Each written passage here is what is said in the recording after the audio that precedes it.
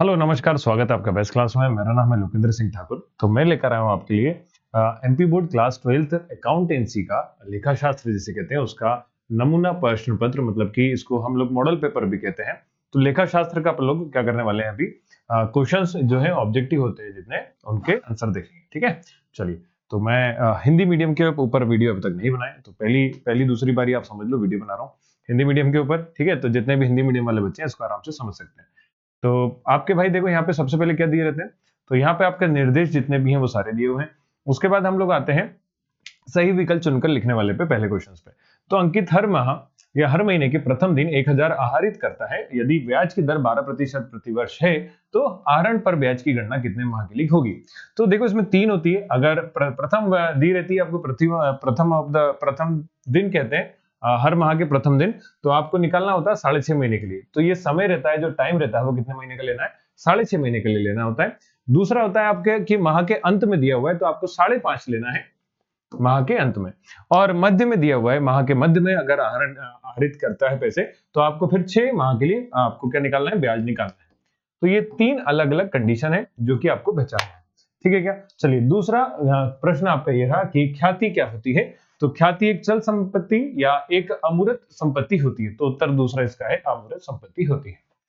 ठीक है, और इसके बाद आता है तीसरा कि निम्नलिखित में से किसे वसूली खाते के अंतरित किया जाता है। तो कौन सा लिखा जाता है, कौन सा खाता, तो बैंक अधिविकृत जो है इसको लिखा जाता है। ठीक है, तो उम्मीद है सब लोग बात समझ रहे होंगे कौन कौन सी चीजें हैं। तो हिंदी मेरी इतनी अच्छी है नहीं, लेकिन फिर भी मैं कर रहा हूँ आपके लिए। ओके, तो इसलिए चैनल को क्या कर लेना, सब्सक्राइब करना। और अगले साल 2026 से 27 में मैं हिंदी मीडियम वाले बच्चों के लिए भी एक क्या लेकर जाऊंगा, कोर्स लेकर जाऊंगा। तो ऋण पत्र जिनकी हस्तांतरण केवल सुपुर्दी मात्र से हो जाता है, तो कौन सा होता है वो, तो कौन सा ऋण पत्र होता है, ऐसा पूछा गया। तो 10 तरह के ऋण पत्र आपको देखने को मिलेंगे। उनमें से एक है आपका रजिस्टर्ड, बंधक या वाहक। तो इसमें जनरली होता है बियरर डिबेंचर, बियरर को कहते हैं अपन वाहक ऋण पत्र। तो ये वाला वाहक ऋण पत्र जो है इसका सही आंसर होता है। ठीक है,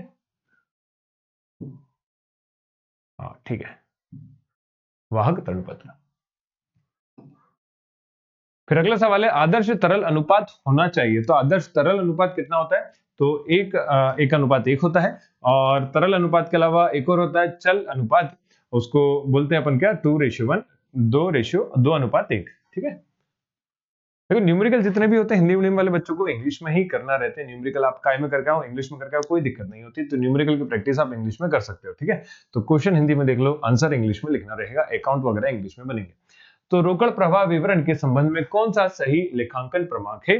तो रोकड़ प्रवाह के लिए का जो आपका कौन सा लेखांकन प्रमाप, अकाउंटिंग स्टैंडर्ड जिसको कहते हैं, वो 3 इस्तेमाल होता है। तो ये आपका सही आंसर होता है।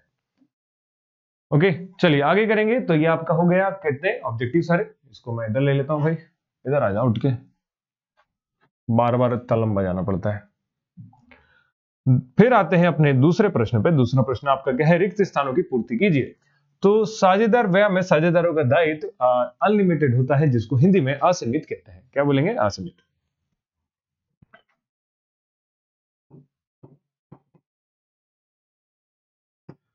फिर आता है साझेदार के प्रवेश पर विगत हानियों के लिए देश साझेदार उत्तरदायी नहीं होता।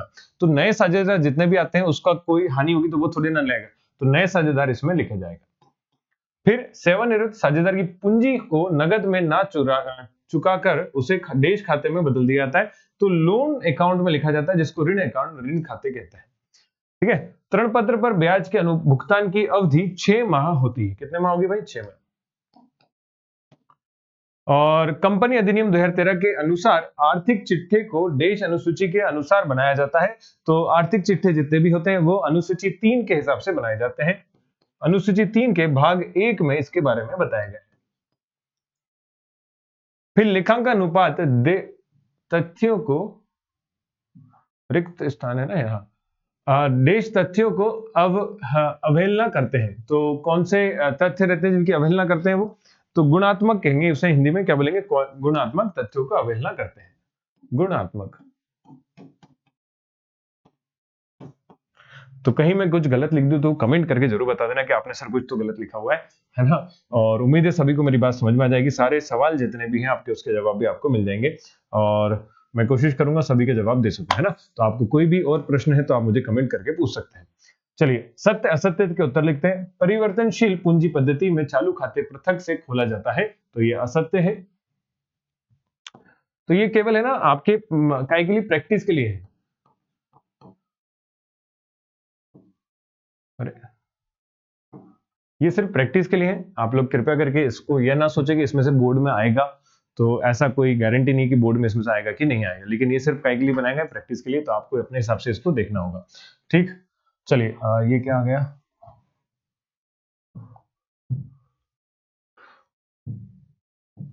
हाँ, तो परिवर्तनशील ये हो गया असत्य। फिर आता है पुण्य मूल्यांकन खाता संपत्तियों के विक्रय पर बनाया जाता नहीं है, तो पुण्य मूल्यांकन जो है विक्रय के लिए नहीं बनाते भाई, ये आपके कोई साझेदार आता है या जाता है तब बनाया जाता है, तो ये असत्य ये भी है। एक अच्छी फर्म ख्याति को अपलिखित कर देती है, तो ये सत्य है। जब साझेदार अवकाश ग्रहण करता है तो उसे उस वित्तीय वर्ष के संपूर्ण लाभ में हिस्सा मिलता है, तो ये भी कैसा है आपका असत्य।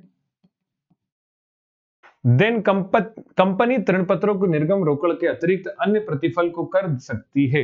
अच्छा, कर सकती है, हाँ भाई, तो ये आपके इस पे सवाल भी है, न्यूमेरिकल क्वेश्चंस भी इसके ऊपर है, आपको जो कि करना है, तो ये भी क्या है, सत्य है। और वित्त विवरण विशेष लेखांकन प्रथाओं के आधार पर तैयार किए जाते हैं, तो ये भी सत्य है। तो ये आपके सारे सवाल हो गए। चलिए आगे देखते हैं। Write the following in true and false, तो ये आपका हो चुका है। सही जोड़ी बनाइए, चलिए बनाते हैं। ये तो भगवान बनाएगा। साझेदार सामूहिक रूप से क्या होते हैं भाई, तो सामूहिक रूप से फर्म बनाते हैं, तो ये पहला। प्रत्येक साझेदार क्या करता है भाई, चलो यह पहले मुझे कुछ प्रतिशत दिख रहा, अंकित मूल्य से 25% अधिक नहीं होते, तो याचना राशि जो है वो 25% से ज्यादा नहीं होती, तो ये आपका 7वां वाला हो गया, 7th। न्यूनतम अभिदान मिनिमम, हाँ, तो न्यूनतम अभिदान जो है आपका क्या होता है, निर्गम पूंजी का 90% से कम नहीं होता, तो ये आपका कौन सा आता है, न्यूनतम अभिदान। फिर आते हैं या उसके बाद आपका पहला हो गया प्रत्येक साझेदार क्या होता है भाई, तो प्रत्येक साझेदार, ठीक है। पार्षद सीमा नियम, नियम जो है वो आपके लिखे आंतरिक प्रबंध संबंधी नियम होते हैं, तो ये आपका चौथा हो जाता है। पार्षद अंतरिम नियम, यह होता है संयुक्त एवं पृथक रूप से होना, और दो और कौन से बचे, फर्म का एजेंट होना, हाँ, तो प्रत्येक साझेदार फर्म का क्या होता है, एजेंट होता है, तो ये दूसरा हो गया। फिर ये आपका 5th हो गया, बचा गया, सारे हो गए क्या, 1 2 3, 1 2 3, हाँ, तो ये तीसरा हो गया। प्रत्येक साझेदार दायित्व, दायित्व कितने होते हैं, तो संयुक्त रूप से सभी के दायित्व होते हैं। लाइबिलिटी पार्टनरशिप में कैसी होती है, अनलिमिटेड होती है, तो वो कभी खत्म नहीं होती। चलिए अगला सवाल करते हैं इसी बात पे, तो ये भी आ गया, बहुत बढ़िया। 5th आखिरी सवाल आपका, एक वाक्य में उत्तर लिखना है, तो एक वाक्य में क्या उत्तर लिखें भाई। तो ख्याति के मूल्यांकन का आधार क्या होता है, तो ख्याति के मूल्यांकन का आधार लाभ होता है। कौन कैसे लाभ होते हैं, तो ये आपके लाभ जितने भी हैं पुराने जितने, उसके हिसाब से निकाले जाते हैं, तो अधिलाभ वगैरह इसी के अंदर देखे जाते हैं, तो अधिलाभ भी लिखते हैं कई लोग। वास्तविक औसत लाभ का एक सामान्य लाभ पर अधिक क्या कहलाता है, तो ये अधिलाभ कहते हैं इसको, सुपर प्रॉफिट। लेखांकन क्रमांक 10 का किससे संबंध है, तो ये फिक्स्ड एसेट्स होता है। फिक्स्ड एसेट्स को इंग्लिश में अपन स्थायी स्थायी कहते हैं, स्थायी संपत्ति, ठीक है, स्थायी फिक्स्ड एसेट्स स्थायी संपत्ति कहते हैं। फिर वसूली खाता किस प्रकृति का होता है, तो ये नॉमिनल मतलब नाम मात्र के खाते होते हैं, नाम मात्र के खाते। फिर जब अंशों के निर्गमन अंकित मूल्य से अधिक मूल्य पर किया जाता है, तो अधिक की राशि क्या कहलाती है, तो उसको सिक्योरिटी प्रीमियम कहते हैं, और हिंदी में इसको अपन क्या बोलेंगे, प्रतिभूति प्रीमियम कहते हैं, प्रतिभूति प्रीमियम।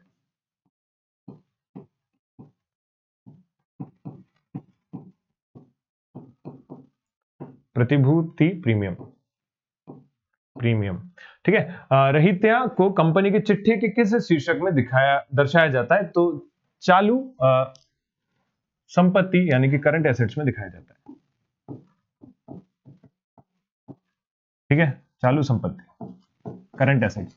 और ये आखिरी है, लेनदारों को भुगतान करने पर देखो लेन देन भुगतान मतलब पैसा गया, अगर पैसा गया है तो रोकड़ प्रवाह पर क्या प्रभाव होगा, तो आपका जो रोकड़ है वो क्या होगा, कम होगा।